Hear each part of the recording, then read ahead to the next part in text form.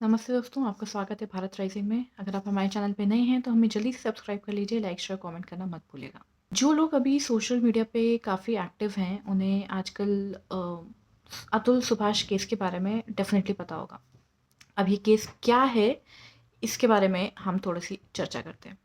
तो this case is yet another case of misuse of laws by a privileged woman. Atul Subhash एक व्यक्ति हैं जो बैंगलोर की एक मल्टीनेशनल कंपनी में काम करते थे, एक नॉर्मल इंसान थे मेरे और आपकी तरह। इनकी शादी फिक्स होती है 2019 में। He gets married, not fix, he gets married and कुछ वक़्त बाद इनकी वाइफ़ से सेपरेट हो जाती हैं, जो कि बहुत नॉर्मल है आज के टाइम पे। इसके बाद 2022 में इनकी वाइफ़ ने इनके खिलाफ एक एफआईआर दर्ज करी अंडर आईपीसी सेक्शंस 498 ए, मतलब क्रुएल्टी बाय हस्बैंड और relatives, 323 assault, 504 intentional insult to provoke breach of peace, 506 criminal intimidation और इसके साथ-साथ 377 ऑफ अननेचुरल सेक्स। इसके साथ-साथ जो बाकी और डाउरी के जो केसेज़ हैं, जो धाराएँ हैं, वो भी इनके ऊपर लगाई गई थी। ये एफआईआर दायर हुई थी जौनपुर ज़िले में। अब इनकी वाइफ़ ने ये भी कहा है कि इनके जो इन-लॉज़ हैं, इनके ऊपर काफ़ी प्रेशर बना रहे थे डाउरी के लिए एंड अतुल जो है इनके साथ अननेचुरल सेक्स रिलेशंस बनाना चाहते थे, जिसके चलते वो इनसे सेपरेट हुईं और इस डाउरी के प्रेशर की वजह से इनके फादर की डेथ हो गई। ठीक है। अब इन केसेस की वजह से जो भी ये दायर हुए थे, because he is a working professional, Atul को काफ़ी ज़्यादा परेशान रहना पड़ा पिछले 2 ढाई सालों से। इनके काफ़ी ज़्यादा कोर्ट के चक्कर लग रहे थे। इस वजह से इन्होंने 24 पेज का एक सुसाइड नोट लिखा और 180 मिनट का एक वीडियो भी बनाया, जिसमें उन्होंने बोला कि ये सुसाइड बहुत पहले से प्लान कर रहे थे, बट कुछ ज़िम्मेदारियों के चलते ये सुसाइड नहीं करना चाहते थे। अब क्योंकि उनको लगता है कि ज़िम्मेदारियाँ इनकी पूरी हो गई हैं, इस वजह से अब ये वो सुसाइड का प्लान आगे ले जाना चाहते हैं। उसका एक मेन रीज़न है जिसमें उन्होंने सबसे पहले जौनपुर फैमिली कोर्ट की जो जज हैं रीता कौशिक, उनको ब्लेम किया है, बिकॉज़ पिछले 2 ढाई सालों से जब से केस चल रहा है, उसमें उन्होंने इनकी 120 केसेज़ की हियरिंग्स लगवाई हैं, जिसमें ज़्यादातर हियरिंग्स में कुछ भी नहीं होता था एंड इनके सिर्फ़ फालतू के चक्कर लगते थे, पैसे वेस्ट होते थे।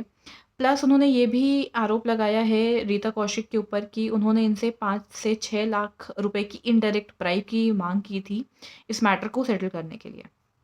साथ में अतुल ने अपने इस वीडियो में, मतलब ये कुछ मेरा अपना बनाया हुआ किसी न्यूज़पेपर की कटिंग नहीं है, इनके खुद अपने वीडियो में उन्होंने बोला है कि उनकी जो वाइफ़ है निकिता सिंघानिया, उनके भाई, उनके पेरेंट्स और उनके अंकल को उन्होंने अपनी मौत का ज़िम्मेदार बताया है और बोला कि इसके बाद इन लोगों के ऊपर चार्जेस ज़रूर लगने चाहिए। उन्होंने ये भी बोला कि उनकी वाइफ़ बीटेक हैं, एमबीए है फाइनेंस की और पुणे के एक्सेंचर में एक एनालिस्ट की जॉब, कंसल्टेंट की जॉब करती हैं, मीन्स डेफ़िनिटली वो कुछ अच्छा तो अर्न कर ही रही होंगी। इसके साथ ही साथ अतुल भी उनको 30 to 40,000 per month as a alimony दे रहे थे, जिसमें से उनकी वाइफ़ की डिमांड थी कि उनको at least 2 lakh rupees a month monthly alimony या मंथली खर्चा दिया जाए, उनके और उनके बेटे की टेक केयर करने के लिए। उन्होंने 3 करोड़ रुपए की डिमांड रखी थी एंड इसके अलावा कई और तरीके के मेंटल हैरेसमेंट, जैसे इनके भाई का उनको धमकियाँ देना, इनकी फैमिली को और इनको धमकियाँ देना, इस तरीके से इनको डेफ़िनिटली हैरेस करना। उन्होंने ये कहा कि ये सुसाइड करने की एडवाइस उनकी वाइफ़ ने दी थी। उनकी वाइफ़ ने उनको टेक्स्ट किया था कि तुम अभी तक मरे नहीं हो या तुमने सुसाइड नहीं किया है, मुझे लगा तो तुम अब तक तुम मर चुके होगे। तो ये सारा एक इतना ब्रीफ है इस केस के बारे में। डेफ़िनिटली आप इस केस की जो वीडियो है वो आप देख सकते हैं। But there are other things related to this case and क्योंकि वीडियो बहुत ज़्यादा लंबा ना हो जाए, इसलिए मैं बस सिर्फ़ एक ब्रीफ दे रही हूँ। वीडियो तो 180 मिनट्स का था, वो जो उन्होंने साइड नोट लिखा है वो 24 पेजेज़ का है, तो definitely I can not talk about everything on the video, but this is a brief. But उन्होंने अपने एक वीडियो में आखिरी इच्छा भी रखी थी अपनी कुछ, जिसमें तो सबसे पहले उन्होंने बोला था कि उनके बेटे की जो परवरिश है वो उनके माँ-बाप के द्वारा, यानी कि बच्चे के दादा-दादी के द्वारा होनी चाहिए, ना कि उनकी वाइफ़ के द्वारा, क्योंकि उनका उनके ऊपर बिल्कुल भी विश्वास नहीं था। प्लस उन्होंने बोला कि उनकी अस्थियाँ तब तक विसर्जित ना की जाएँ, जब तक जस्टिस नहीं मिल जाता है और अगर लास्टली जस्टिस उनको नहीं मिलता है, तो कोर्ट के बाहर ही किसी गटर में उनकी अस्थियाँ बहा दी जानी चाहिए। Now this case raises very serious concerns हमारी सोसाइटी के लिए एंड मोस्ट इम्पोर्टेंटली जो हमारा सिस्टमैटिक फ्लॉ है जो हमारा लीगल फ्रेमवर्क है उसको लेकर के कि उनका क्या एटीट्यूड है टुवर्ड्स द मेन। जैसे मैंने पहले अपनी कुछ लाइनों में बोला था कि some privileged women misuse the laws that are made for them. अब मैं बात करना चाहूँगी कुछ इम्पैक्ट्स या कुछ चीज़ें जो हमें, सिर्फ ये कोई पहला केस नहीं होगा जहाँ पे हम सुन रहे हैं कि किसी व्यक्ति ने इन सारे केसेस से परेशान होकर सुसाइड कर लिया हो। बहुत सारे ऐसे झूठे केसेस आदमी के ऊपर लगाए जाते हैं जस्ट बिकॉज कि the law favours women in our country more rather than man, जिसमें से एक सबसे बड़ा लॉ है rape. The rape against man is never a crime. अगर हम इस केस की बात करें तो सबसे पहले तो जो फॉल्स एक्विजिशंस लगाए गए हैं फैमिली मेम्बर्स पे, वो ना केवल उस विक्टिम के लिए जिसके ऊपर लगाए गए हैं बट उसकी फैमिली के लिए भी बहुत इमोशनली ड्रेनिंग होते हैं, स्पेशली जब आपके पेरेंट्स इन्वॉल्व होते हैं। Secondly there is a lack of support system in the society as well. जैसे ये केसेस सामने आते हैं सबसे पहले people look down on the men and not the women.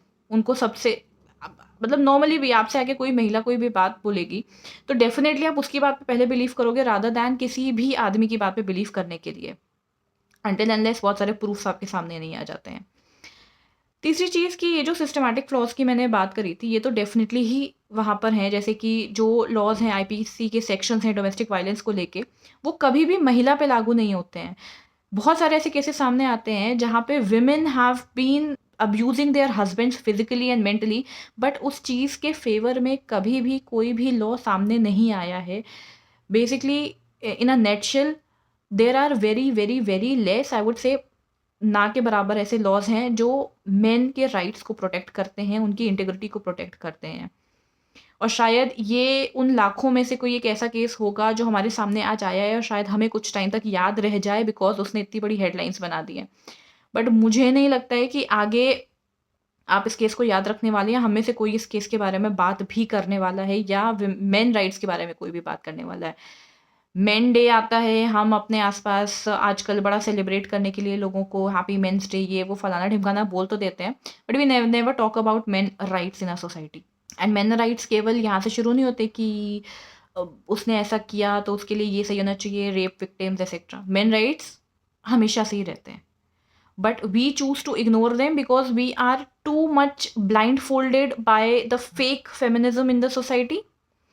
And obviously लड़कियों को तो पता ही है कि उनको तो प्रोटेक्ट कर ही लिया जाएगा बाय लॉ।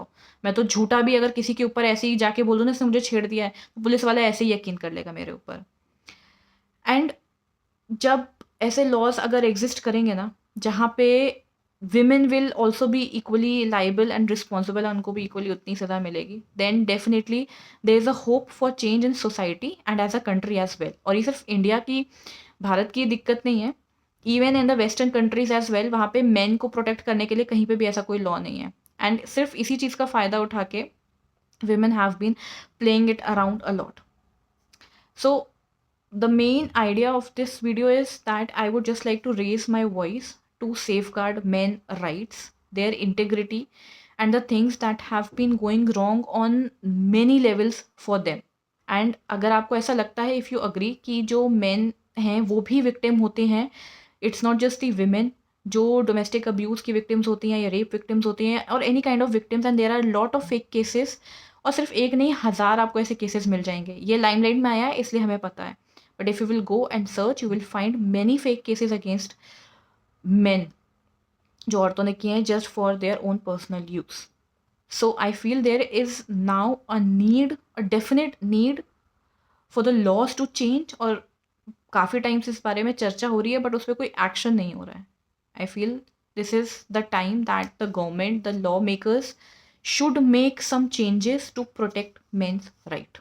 And अगर आप मुझसे agree करते हैं तो definitely comment down below and let us know what you think about it, क्योंकि बूंद बूंद से ही सागर बनता है। आज मैं बोलूँगी, कल आप बोलेंगे, डेफिनेटली ये एक कल को जाके एक बड़ी वॉइस बननी चाहिए और सरकार तक इस चीज़ के बारे में, लॉ मेकर्स को इस चीज़ के बारे में हमें मजबूर ज़रूर करना चाहिए, definitely thought by thought, one by one, to make changes in the laws, ताकि if the law sees everyone's equally तो फिर सारे लॉ सबके लिए इक्वल होने चाहिए। One should not just favour someone because of their gender. If you agree, please comment down below. Thank you.